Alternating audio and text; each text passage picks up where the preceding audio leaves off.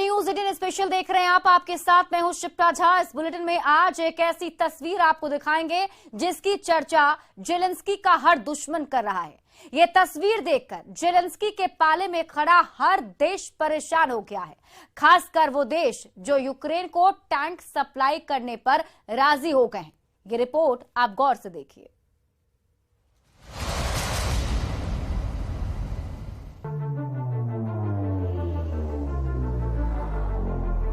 Putin के सबसे secret गोदाम का गेट खुलता है और फिर सामने नजर आता है पुतिन का सबसे खतरनाक हिटमैन, जो इससे पहले छुपा कर रखा गया था।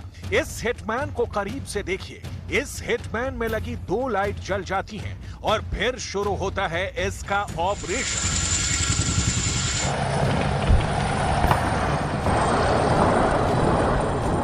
पुतिन का ये हिटमैन अचानक गोदाम से क्यों निकला और निकलते ही क्यों हमले की प्रैक्टिस करने लगा, ये बात बहुत गौर से समझिएगा, क्योंकि इसके पीछे है एक तस्वीर। ये तस्वीर इस वक्त पूरे यूरोप में वायरल हो रही है। यूक्रेन में जेलेंस्की को ये तस्वीर दिखाई गई। पुतिन के खुफिया एजेंसी इस तस्वीर को जर्मनी, ब्रिटेन और अमेरिका में भी फैलाने लगी है। इस तस्वीर में पुतिन की नाटो से सबसे बड़ी दुश्मनी छुपी हुई है। इस तस्वीर ने यूक्रेन को बहुत ज्यादा डरा दिया है, क्योंकि इसी तस्वीर में पुतिन का सबसे बड़ा चैलेंज छुपा हुआ है, क्योंकि इसी तस्वीर में पुतिन की सबसे बड़ी धमकी भी छुपी हुई है। इसी तस्वीर में पुतिन बार बार बता रहे हैं कि टैंक तो ले आओगे, लेकिन उन्हें रूस के हेलीकॉप्टर से बचाएगा कौन। ये वो तस्वीर है जिसके वायरल होने के बाद मान लिया गया है कि पुतिन ने नाटो के खिलाफ अपना सबसे बड़ा हथियार जानबूझकर एक्सपोज कर दिया है। पुतिन नाटो के टैंक को कैसे घेर कर मारेंगे, पूरी डिटेल इस तस्वीर को डिकोड करके समझी जा सकती है। इस तस्वीर में जमीन पर जर्मनी का वही लेपर्ड टैंक है जो अब यूक्रेन को मिलने जा रहा है, और उसके ऊपर मंडरा रहा है Mi-28 हेलीकॉप्टर, जो रूस का बहुत ही खतरनाक अटैक हेलीकॉप्टर माना जाता है। इस फोटो में मैसेज साफ है, वो ये कि लेपर्ड का शिकार Mi-28 हेलीकॉप्टर करेगा, और पुतिन इस बार यूक्रेन के टैंकों को बख्शने वाले नहीं है। ये तस्वीर 1995 की है, जब स्वीडन अटैक हेलीकॉप्टर लेने की तैयारी कर रहा था, और तब उसके सामने रूस का Mi-28 भी एक ऑप्शन था, और उसका सामना अमेरिका के अपाचे हेलीकॉप्टर से था। तब सोवियत संघ के विघटन के बाद रूस यूरोप के लिए बड़ा खतरा नहीं माना जाता था, और स्वीडन ने रूस के इस अटैक हेलीकॉप्टर को खरीदने में भी दिलचस्पी जाहिर की थी। स्वीडन ने तब अपने लेपर्ड टैंक और इस रशियन हेलीकॉप्टर की एक्सरसाइज भी कराई थी। ये तस्वीर तभी की बताई जा रही है। टैंक के ऊपर एक हेलीकॉप्टर के मंडराने का मतलब है कि टैंक मर चुका है या मारे जाने की कगार पर है। और अब यूक्रेन युद्ध में लेपर्ड के आने की खबर ने इस तस्वीर के साथ Mi-28 हेलीकॉप्टर, जिसे अंग्रेजी में हैवॉक कहा जाता है, यानी प्रलय, उसका खतरा सबको नजर आने लगा है। स्वीडन से आई रिपोर्ट में बताया गया था कि Mi-28 को बहुत कामयाब माना गया। इसका मेंटेन करना, यानी इसका रख रखाव, ज्यादा आसान था। इसका फायर कंट्रोल सिस्टम और इसके अचूक निशाने को भी पूरे नंबर मिले थे। देखिए, जब ये हेलीकॉप्टर अपनी एंटी टैंक मिसाइल फायर करता है तो दुश्मन के टैंक की तरफ वो कैसे बढ़ती है और उसे तबाह कर देती है। ऐसी ही खूबी स्वीडन ने भी इस हेलीकॉप्टर में देखी थी। 2 पायलट वाला ये हेलीकॉप्टर, यानी एक पायलट और दूसरा वेपन सिस्टम ऑपरेटर, जो मिसाइल लॉन्च करता है, यह 1980 के दशक में तैयार किया गया था। 300 किलोमीटर प्रति घंटे की इसकी रफ्तार किसी भी ग्राउंड फॉर्मेशन को हैरान कर सकती है। यह हेलीकॉप्टर 435 किलोमीटर के दायरे में ऑपरेशन कर सकता है। अब इस हेलीकॉप्टर के हथियारों के बारे में जान लीजिए, क्योंकि वो इसकी शक्ल की तरह ही बहुत ज्यादा खतरनाक है। इस हेलीकॉप्टर में 30 मिलीमीटर की एक गन लगी होती है, जिसमें 250 ऐसी गोलियां होती हैं जो बख्तरबंद गाड़ी को भी भेज सकती है। इस हेलीकॉप्टर को सामने से देखेंगे तो आपको इसके और वेपन सिस्टम के बारे में पता चलेगा। इसमें 16 अताका एंटी टैंक मिसाइल लगी होती हैं। इस हेलीकॉप्टर से 80 मिलीमीटर के 40 रॉकेट दागे जा सकते हैं। इसमें दोनों तरफ एगला जैसी एयर टू एयर मिसाइल भी लगाई जा सकती है और बारूदी सुरंग भी लॉन्च की जा सकती है। टेस्ट के दौरान Mi-28 की मिसाइल फायरिंग वाली ताकत देखकर सब चौंक गए थे। इसकी अताका एंटी टैंक मिसाइल ने 4680 मीटर की रेंज पर टारगेट को तबाह किया था, और ऐसा तब हुआ था जब Mi-28 200 किलोमीटर प्रति घंटे की रफ्तार से उड़ रहा था। तब इसकी एंटी टैंक मिसाइल टारगेट के 3 फीट की दूरी पर लगी थी। जबकि इस हेलीकॉप्टर के रॉकेट 4 किलोमीटर की दूरी तक सटीक पाए गए थे और 40 में से 35 रॉकेट अपने निशाने पर लगे थे। इस हेलीकॉप्टर को 30 घंटे तक उड़ाया गया था और इसमें कोई दिक्कत नहीं आई थी। रूस के हथियार अपने इसी रफ टफ वाले टैंक को लेकर मशहूर है। ऐसे सटीक हमले और ऐसी फायर पावर देखने के बाद स्वीडन बहुत हैरान रह गया था और उसकी एक्सरसाइज में ये साफ साफ तो नहीं बताया गया, लेकिन इसमें कोई शक नहीं कि लेपर्ड जैसा टैंक देश का आसान टारगेट बन जाता। हालांकि तब स्वीडन का हेलीकॉप्टर सौदा टल गया और कोई फैसला नहीं हुआ, लेकिन अब इस हेलीकॉप्टर की तस्वीर उस लेपर्ड टैंक के साथ आने के बाद इसकी चर्चा होने लगी है। इस हेलीकॉप्टर और इसके चैलेंज को लेकर तस्वीर बहुत साफ है। अब पुतिन ने बता दिया है कि लेपर्ड यूक्रेन आएगा तो उनका प्रलंकारी हेलीकॉप्टर यानी Mi-28 उसके बख्तर को पूरी दुनिया में एक्सपोज कर देगा और इसके साथ ही नाटो के प्रीमियम हथियारों की इज्जत दांव पर लग जाएगी। ये बात अब साफ हो गई है कि यूक्रेन में दुनिया का सबसे खतरनाक टैंक युद्ध होने जा रहा है।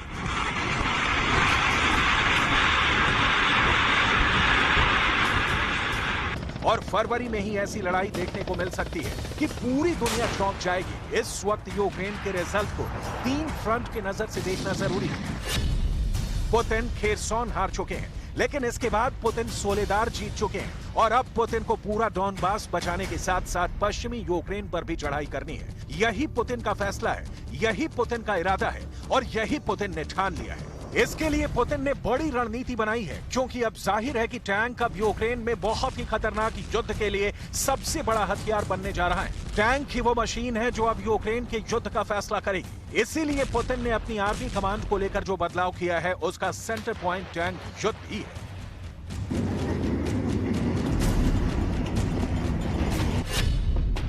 इसीलिए पुतिन ने अपने top tank commander Valery Gerasimov को चीफ ऑफ जनरल स्टाफ बनाया है। Valery Gerasimov armoured corps officer है और टैंक युद्ध के बहुत बड़े और खतरनाक खिलाड़ी माने जाते हैं। इसीलिए जनरल वालेरी गेरासिमोव के आने के बाद अब रूस का फोकस टैंक वॉर पर है और साथ में होगी अटैक हेलीकॉप्टर की वो जुगलबंदी जिसके सहारे टैंक रेजिमेंट यूक्रेन की जमीन को चीरते हुए आगे बढ़ेगी।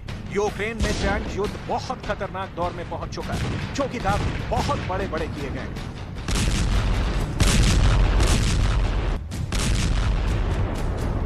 यूक्रेन का दावा है कि वो रूस के 3000 से ज्यादा टैंक तबाह कर चुका है। इस दावे की पुष्टि स्वतंत्र स्रोत से नहीं की जा सकी है। वहीं युद्ध से पहले यूक्रेन के पास करीब 2000 टैंक थे और अब नौबत ये आ चुकी है कि ज़ेलेंस्की को नाटो से टैंक लेने पड़ रहे हैं।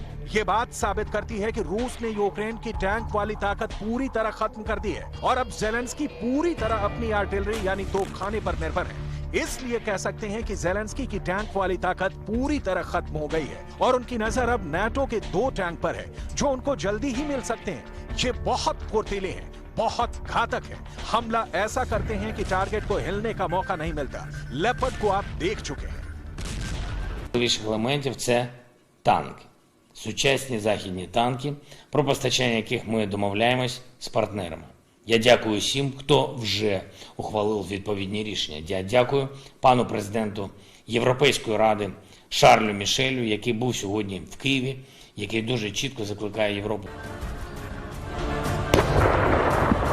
अब देखिए ब्रिटेन का चैलेंजर टैंक, जो ज़ेलेंस्की की डिमांड लिस्ट में इतना ऊपर है कि ब्रिटेन ने करीब करीब उस पर मुहर लगा दी है। टैंक को लेकर ज़ेलेंस्की की डिमांड ऐसी है, चाहे वो ब्रिटेन हो या जर्मनी। नाटो को लेकर ज़ेलेंस्की की टैंक वाली ख्वाहिश बहुत बढ़ने लगी है। यही वजह है कि ज़ेलेंस्की अब 10-20 नहीं बल्कि पूरे 300 टैंक चाहते हैं। ज़ेलेंस्की चाहते हैं कि रूस से लड़ने के लिए नाटो उन्हें 300 टैंक की डिलीवरी जल्दी से जल्दी करे। Also provide an ability to move efficiently around a battlefield, but of course they have much more firepower.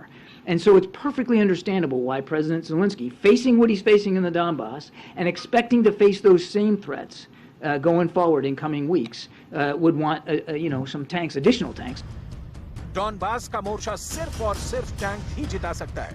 यही वजह है कि ज़ेलेंस्की को यूरोप से ही 2 बहुत खास टैंक मिल रहे हैं। पहला है ब्रिटेन का चैलेंजर टैंक और दूसरा है जर्मनी का लेपर्ड टैंक। Що тут леопарди, челенджери вже. І я думаю, вони навіть без пострілу будуть втікати. Це велика мотивація для піхоти, коли танки рядом. У них теж бойовий дух піднімається, тому вони менше страху, ніж без танків. А з танками, ще якщо з леопардами чи челенджерами, це, я думаю, Як почнемо штурмувати, це не зупиниться. अगर ये दोनों टैंक यूक्रेन आए तो इनकी टक्कर रूस के दो बहुत ही खास टैंक से होगी। एक है रूस का T-72B3 टैंक जो T-72 का आधुनिक वर्जन है, और दूसरा है T-90 जो रूस का ऑन ग्राउंड सबसे खतरनाक टैंक माना जाता है। इनमें भी T-90 का आधुनिक वर्जन है जो जनरल वालेरी गेरासिमोव की नजरों के बीच रूस की सेना में शामिल हुआ, और इसका यूक्रेन में कैसे इस्तेमाल करना है वो बहुत अच्छी तरह से जानते हैं। यही वजह है कि पुतिन इस बात को ध्यान में रखते हुए टैंक वॉर पर फोकस कर रहे हैं। जनरल वालेरी गेरासिमोव अब रूस के स्पेशल मिलिट्री ऑपरेशन के कमांडर हैं और वो चाहेंगे कि युद्ध उनके हिसाब से लड़ा जाए, और ये बात याद रखनी होगी कि जनरल गेरासिमोव को टैंक युद्ध में महारत हासिल है। लेकिन अब उनके सामने यूक्रेन नहीं बल्कि नाटो वाले टैंक का चैलेंज है, क्योंकि जल्दी ही यूक्रेन की फौज लेपर्ड और चैलेंजर जैसे टैंकों से लैस होगी, और ये रूस के लिए बहुत बड़ी चुनौती कही जाएगी। यही वजह है कि रूस अब टैंक वॉर को दो हथियारों की जुगलबंदी के साथ लड़ना चाहता है। पहली है ग्राउंड फोर्स, इसमें एक है T-90 टैंक और साथ में T-72B3 टैंक, और दूसरी फोर्स है हेलीकॉप्टर यानी Mi-28 के साथ कमोव 52 हेलीकॉप्टर। वालेरी गेरासिमोव चाहते हैं कि ये दोनों ताकत मिलकर आगे बढ़े और यूक्रेन की फौज को कुचल कर रखे। टैंक और अटैक हेलीकॉप्टर एक दूसरे के दुश्मन होते हैं तो ये एक दूसरे की ताकत भी बन जाते हैं। एक attack helicopter anti tank missile के साथ लैस होता है और वो दुश्मन के टैंक को टारगेट करता हुआ अपनी फौज के टैंक के लिए रास्ता साफ करता है। पुतिन के नए कमांडर अब इसी रणनीति के साथ यूक्रेन से लड़ना चाहते हैं।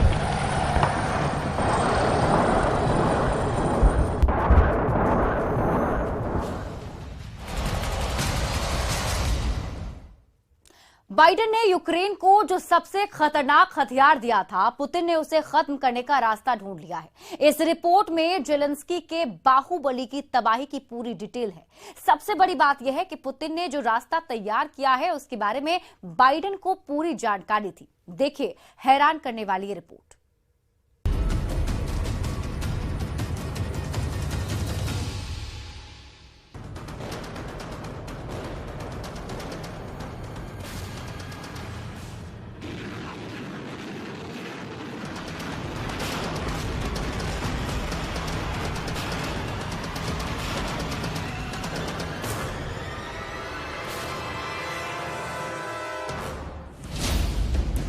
जिस रॉकेट सिस्टम हाइमर्स के बूते युद्ध के मैदान में यूक्रेन की सेना रूस पर पलटवार कर रही थी, अब रूस ने उसका तोड़ भी निकाल लिया है। वोलोदिमीर ज़ेलेंस्की की आर्मी हाइमर्स के वार से व्लादिमीर पुतिन की फौज पर कहर बरपाने के दावे कर रही थी, लेकिन अब एयर डिफेंस सिस्टम पैंट्सर S1 के जरिए पुतिन ने ज़ेलेंस्की के उस दावे की हवा निकालने का भी पुख्ता प्लान तैयार कर लिया है। रूस के रक्षा विशेषज्ञों के मुताबिक अब पैंट्सर S1 यूक्रेन को अमेरिका से मिले हाइमर्स को कुछ इसी तरह से पलक झपकते ढेर कर देगा।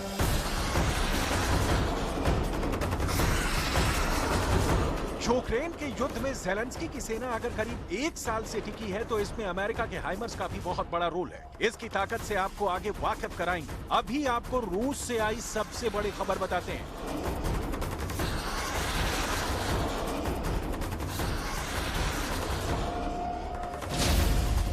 दरअसल रूस ने एयर डिफेंस सिस्टम पैंट्सर S1 को अपग्रेड करने का दावा किया है। दावे के मुताबिक पैंट्सर S1 का नया वर्जन 360 डिग्री अपग्रेड हो चुका है। नया पैंट्सर S1 अमेरिका के हाइमर्स को इंटरसेप्ट कर मार गिराने की कुव्वत रखता है।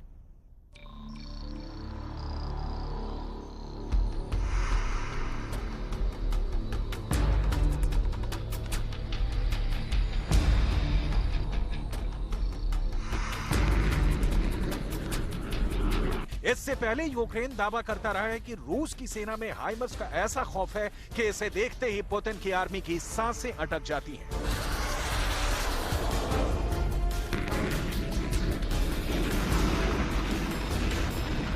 युद्ध के मैदान में ज़ेलेंस्की और उनकी आर्मी हाइमर्स को गेम चेंजर बताते रहे।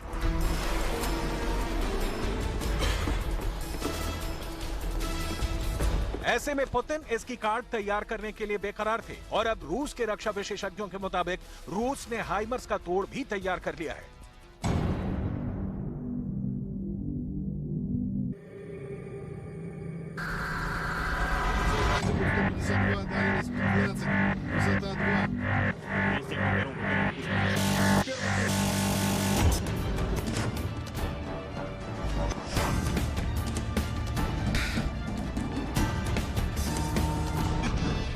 वैसे तो रूस का एयर डिफेंस सिस्टम काफी मजबूत माना जाता है, लेकिन अमेरिका के हाइमर्स ने रूस के कैंप में दहशत पैदा कर दी थी। इससे भी इनकार नहीं किया जा सकता।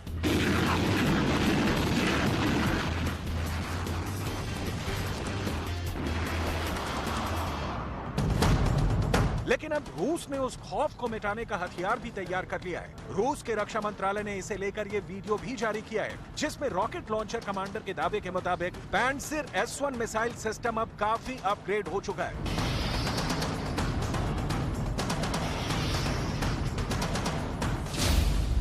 दावे के मुताबिक पैंट्सिर S-1 अब नए सॉफ्टवेयर से लैस है, जो बेहद प्रभावी तरीके से हाइमर्स रॉकेट को इंटरसेप्ट कर सकता है। इस वीडियो में यह भी दावा किया गया है कि अब रूस ने अपने सैन्य ठिकानों और इंसानी बस्तियों की सुरक्षा का गोल हासिल कर लिया है।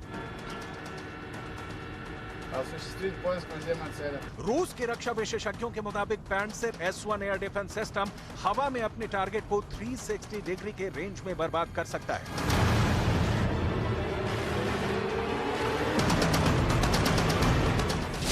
पैंट्सिर S-1 ड्रोन, हेलीकॉप्टर, MLRS और लड़ाकू विमानों को भी तबाह कर सकता है। पैंट्सिर S-1 आवाजाही के दौरान भी अपने टारगेट को निशाना बनाने में सक्षम है। खबरें ऐसी भी हैं कि रूस ने इस एयर डिफेंस सिस्टम को यूक्रेन में भी तैनात कर दिया है, ताकि यूक्रेन के ड्रोन, रॉकेट, हेलीकॉप्टर और फाइटर जेट को ढेर किया जा सके।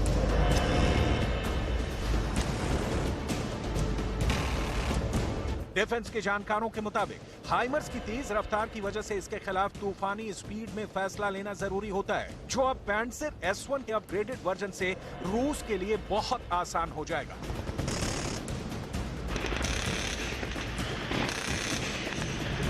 हाइमर्स को मार गिराने के लिए पैंट्सिर S-1 के सॉफ्टवेयर में बदलाव पर काम बेहद तेजी से हो रहा था। इसे लेकर खबरें भी आती रही हैं, लेकिन अब रूस ने इस पर पक्की मुहर भी लगा दी है। रूस के रक्षा विशेषज्ञों का कहना है कि नए सॉफ्टवेयर के साथ पैंट्सिर S-1 यूक्रेन में अमेरिका के हाइमर्स रॉकेटों को जमींदोज करने की ताकत हासिल कर ली है। अभी कुछ दिन पहले ही मॉस्को में कुछ रक्षा और प्रशासनिक इमारतों की छत पर पैंट्सिर S-1 एयर डिफेंस सिस्टम तैनात करने की तस्वीरें सामने आई थी। दावे और तस्वीरों के मुताबिक तो पुतिन के निजी आवास की छत पर भी पैंट्सिर S-1 एयर डिफेंस सिस्टम को तैनात किया गया है। इन तस्वीरों से अटकलें इस बात की लगने लगी कि ज़ेलेंस्की की फौज अब रूस की राजधानी पर हमला कर सकती है। हालांकि इन तस्वीरों से पैंट्सिर S-1 के अपग्रेड होने की तस्दीक भी हो रही है। इसकी खूबियों की बात करें तो पैंट्सिर S-1 30x30 साइज के ड्रोन को गिराने के लिए आसमान में क्रूज और बैलिस्टिक मिसाइलों, हेलीकॉप्टर, लड़ाकू विमान और MLRS को भी तबाह कर सकता है। पैंट्सिर S-1 को थर्मल इमेजर से भी लैस किया गया है, ताकि एंटी एयरक्राफ्ट गनर टारगेट से जुड़े विस्फोटकों का भी अंदाजा लगा सके। पैंट्सिर S-1 एक साथ 10 से भी ज्यादा टारगेट का पता लगा सकता है। पैंट्सिर S-1 2 एयरक्राफ्ट तोपों से लैस है, जिनमें अधिकतम 5000 राउंड प्रति मिनट गोले बरसाने की ताकत है। इसमें जमीन से हवा में मार करने वाली 12 मिसाइलें भी हैं। इसमें कोई शक नहीं कि रूस का एयर डिफेंस सिस्टम पूरी दुनिया में अव्वल दर्जे का है। खुद पुतिन ने एक दिन पहले ही इसे लेकर क्या कहा था, वो गौर से सुनेंगे तो आपको बहुत बड़ा मैसेज मिल जाएगा। Практическая боевая работа показывает, что ПВО России одно из лучших в мире. Я уже говорил, что вот то, что США производят, скажем, ракеты к системам Patriot, у нас в стране таких ракет производят в 3 раза больше, даже больше, чем в 3 раза. А что касается ракет ПВО в целом, разного назначения, российское производство сопоставимо со всем мировым производством. Ну, кроме всего прочего, конечно, и сами системы современные и надежные. Но, тем не менее, конечно, все бывает, но в целом система работает исправно. पुतिन ने रूस के एयर डिफेंस सिस्टम का आकलन करने के बाद ये बातें कही, जिसका मकसद ज़ेलेंस्की से ज्यादा जो बाइडेन और नेटो देशों को वार्न करना था। पुतिन ने सीधे अमेरिका का जिक्र करते हुए ये भी कहा कि उनका देश एयर डिफेंस के लिए अमेरिका के मुकाबले 3 गुना ज्यादा मिसाइलों का निर्माण कर रहा है, जो इस बात का सबूत है कि रूस का एयर डिफेंस सिस्टम दुनिया में सबसे भरोसेमंद और आधुनिक है।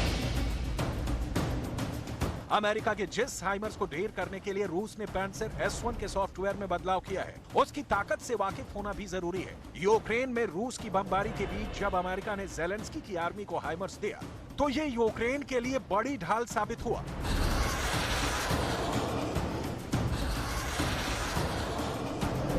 अमेरिका ने पहली बार जून 2022 में यूक्रेन को हाइमर्स रॉकेटों की खेप सौंपी थी। इस रॉकेट सिस्टम की बदौलत यूक्रेन की सेना ने रूस की हमलावर आर्मी को बड़ा नुकसान भी पहुंचाया। इस सिस्टम ने रूस की सप्लाई चेन और सैन्य ठिकानों पर कहर बरपाया।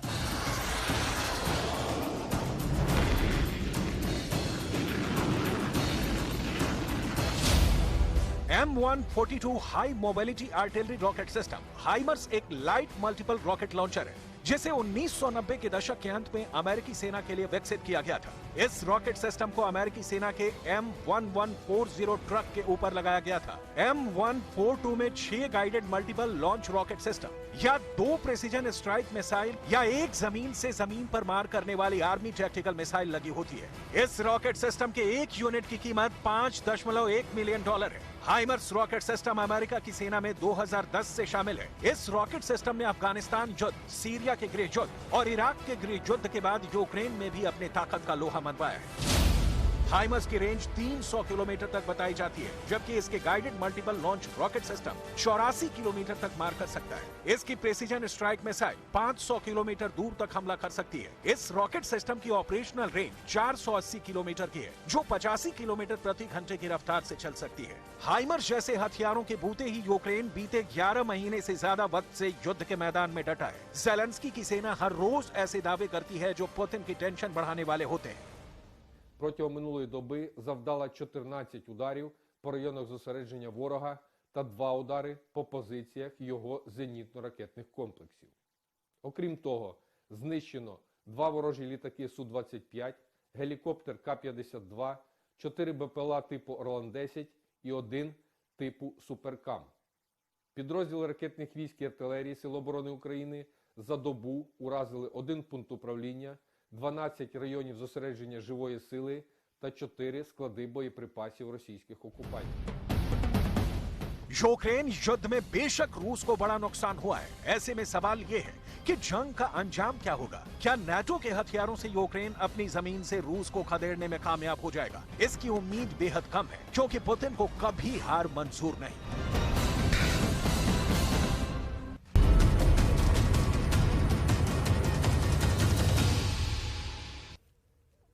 और फिलहाल इस बुलेटिन में अभी के लिए बस इतना ही। आप देखते रहिए न्यूज़ 18 बिहार झारखंड।